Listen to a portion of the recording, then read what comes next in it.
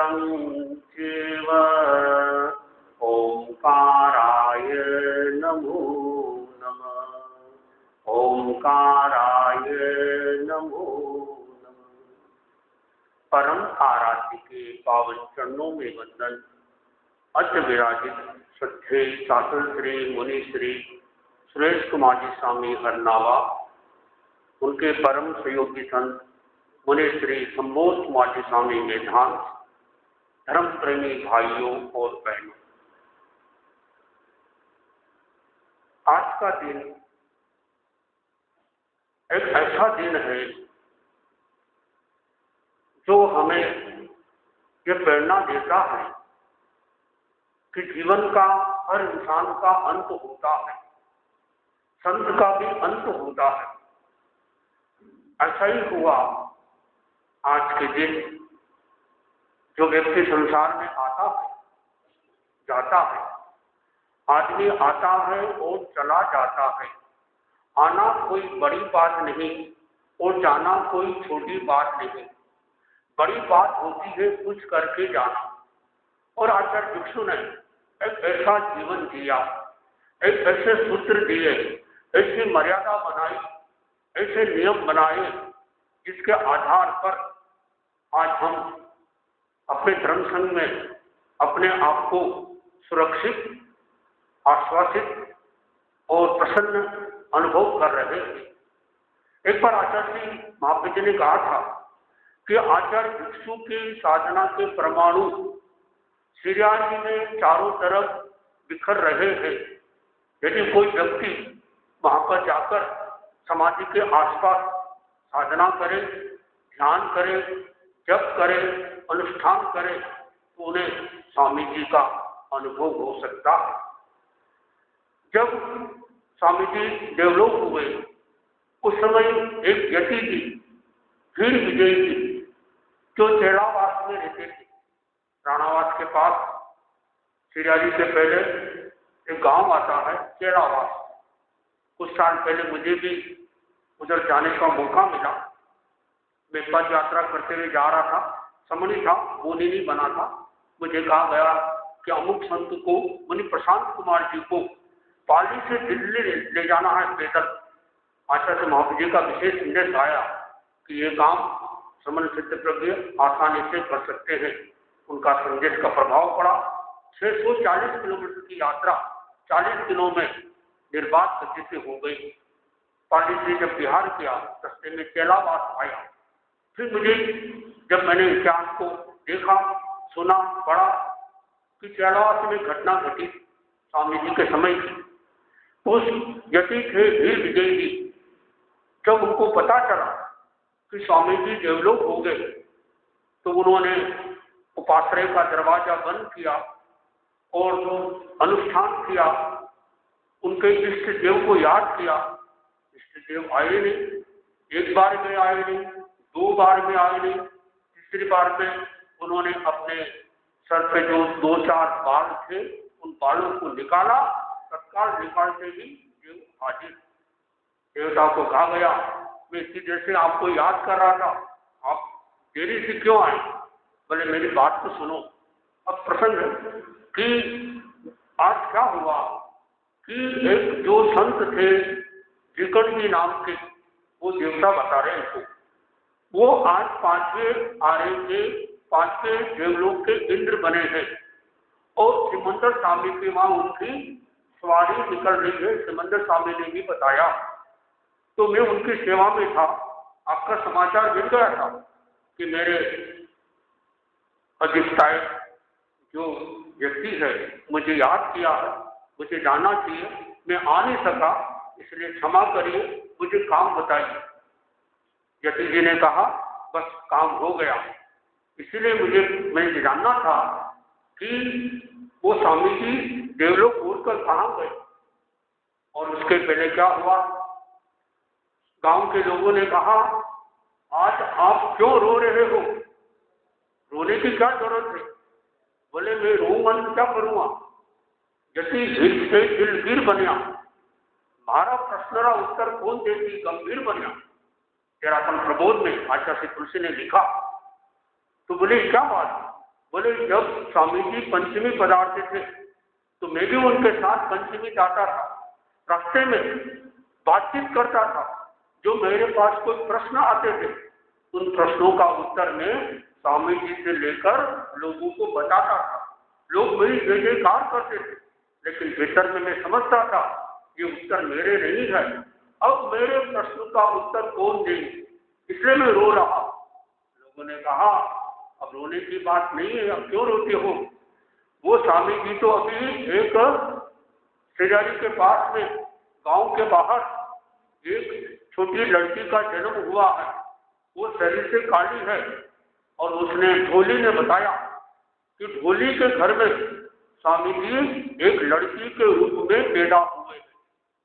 जब ये बात उसने सुनी और उन्होंने कहा गांव के लोगों मेरी बात सुन लीजिए, अभी अभी मैंने देवता को याद किया और उन्होंने हमको विश्वस्त खबर बताई कि स्वामी जी 5वें देवलोक के इंद्र बने थे। तब मुझे इस बात की खुशी हो रही थी, लेकिन मुझे इस बात का रंज हो रहा है कि अब मेरे प्रश्नों का उत्तर कौन देगी। तो ये घटना हमें ये प्रेरणा देती है। अपना सौभाग्य योग की बात नहीं किया, क्या विचार का विषय है? क्या उस समय 5वें देवलोक में इंद्र का स्थान खाली था? तो पता चला 6 महीने पहले इंद्र का स्थान खाली हो गया था। कोई तैयारी होगी, किसका योग होगा? और स्वामी जी 5वें देवलोक के इंद्र बने। तेरापन धर्म संघ के 2 आचार्य 5वें देवलोक में पधारे। कल हमने दालगणी का निर्माण उत्सव मनाया, आज उनका अंतिम संस्कार हुआ होगा उस समय, और स्वामी जी आज 13 के दिन हो गए। जब आचार्य श्री महासवन जी को युवाचार्य बनाया गंगासर के अंदर 13 सितंबर 1997 को, और उस समय सबसे पहले आचार्य महासवन जी उस समय युवाचार्य थे कि आज मैं सबसे पहले तेरापन धर्म संघ के 7वें आचार्य दालगणी को प्रणाम करता हूँ, उनको स्मरण करता हूँ।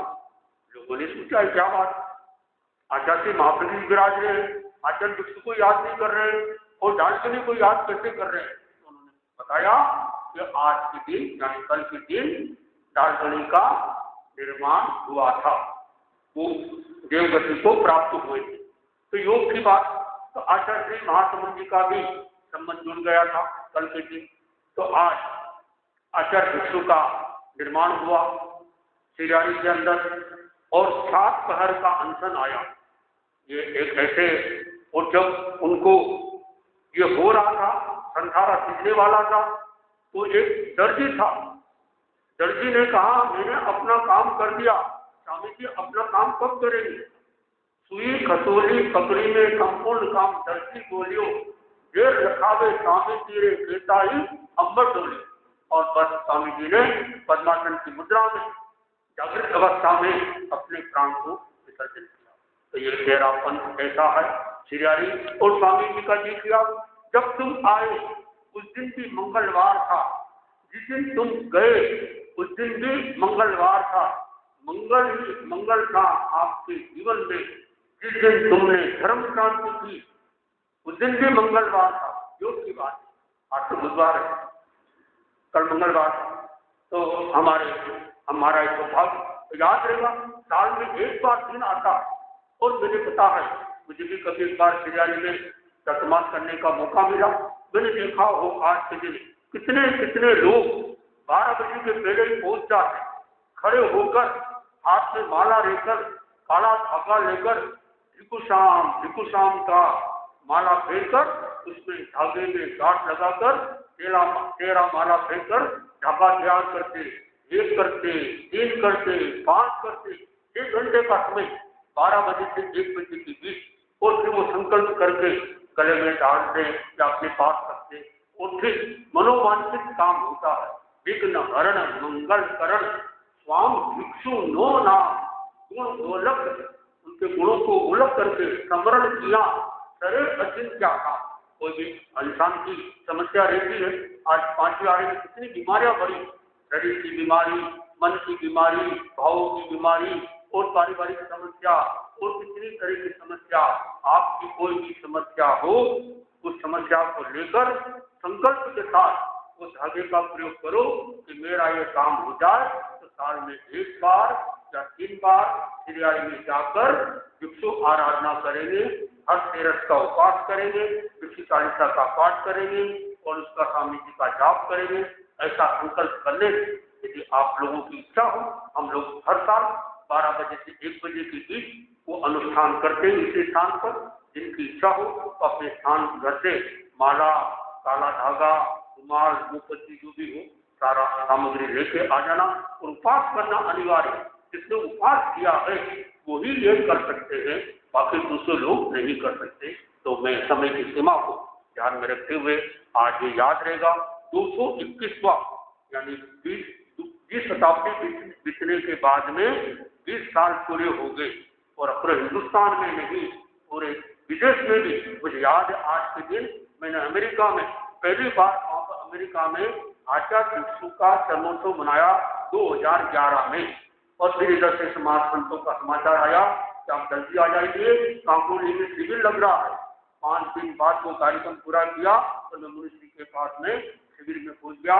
428 से अधिक लोगों ने उस प्रेक्षा ज्ञान शिविर में भाग लिया और उदयपुर के लोग भी पीछे नहीं रहेंगे, वो भी रिकॉर्ड बनाइए नया। अब शिविर लगने वाला तो जल्दी ही मुनिश्री आपको तारीख बताएंगे। और बहुत लोग कई दिन से कह रहे हैं कि कब से आए हैं प्रेक्षा ज्ञान का शिविर, कई लगा था बहुत साल पहले, इतने लोग नहीं थे, लेकिन मुनिश्री के सानिध्य में मेरे मतलब प्रशासन के रूप में मेरे सामने यह शिविर का पहली बार शिविर होगा।